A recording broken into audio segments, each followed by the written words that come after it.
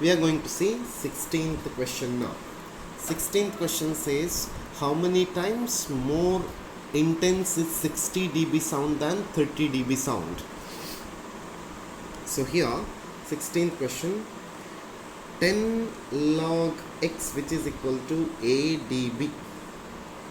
So log x is equal to a by 10 dBs. So 10 log x, which is equal to 30 dB. Therefore log x is equal to 3. So which implies x is equal to 1000.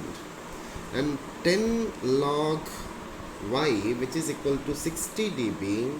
So which implies log y is equal to 6, or y is equal to 10 to the power 6. This sound 60 dB is now 1000 times greater than 30 dB. 1000 times greater than 30 dB. So it is now option C. Option C is correct for 16th question. 17th question, sound wave transfers only energy, but only energy, not momentum. Energy, momentum, both energy and momentum. So for option for 17th question, both energy and momentum. Sound wave transfers both energy and momentum. So for 17th question, option D is correct. 18th question, my dear students, a stationary point source of sound emits sound uniformly in all directions in a non-absorbing medium. 2 points P and Q are at a distance of 4 meter and 9 meter respectively from the source. The ratio of amplitudes of the waves at P and Q is. So for an isotropic point source of power P, intensity I at a distance R from it will be. So let me consider this is now point, and the intensity at this particular point at a distance of R, that is I is equal to P divided by 4 pi R square. Since power remains the same, I1 divided by I2, that becomes now R2 divided by R1 square. So this is now 9 by 4 square. So I is directly proportional to A square. So A1 by A2, which is equal to square root of I1 divided by I2. So it is now 9 by 4. It is now 9 by 4. So 18th question, option D is correct. 18th question, option D is correct. We'll go to 19th question. 19th question says that y is equal to 3 sine pi into t by 2 minus x by 4 represents an equation of a progressive wave where t is in second and x is in meter. The distance travelled by the wave in 5 seconds is. So equation given for progressive wave, so y is equal to 3 sine pi t by 2 minus x by 4.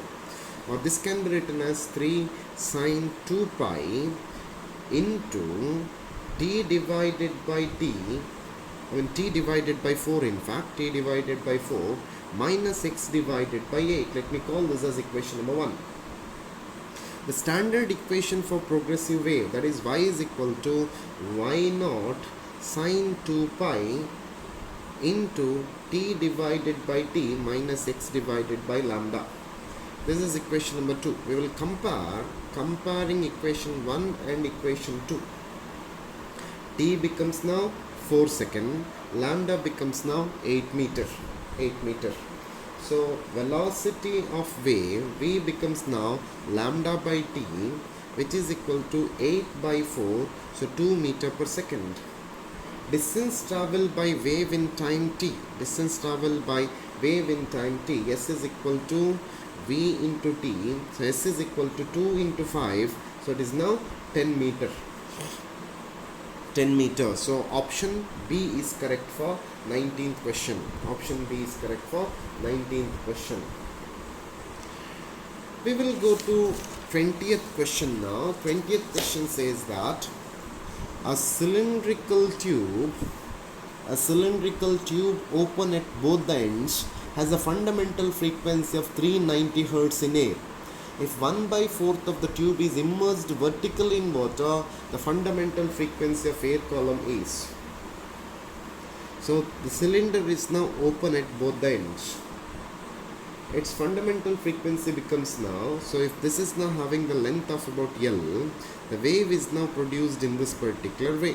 This is now antinodes and this is now node. So nu becomes equal to V divided by lambda. So fundamental frequency nu becomes now V divided by lambda.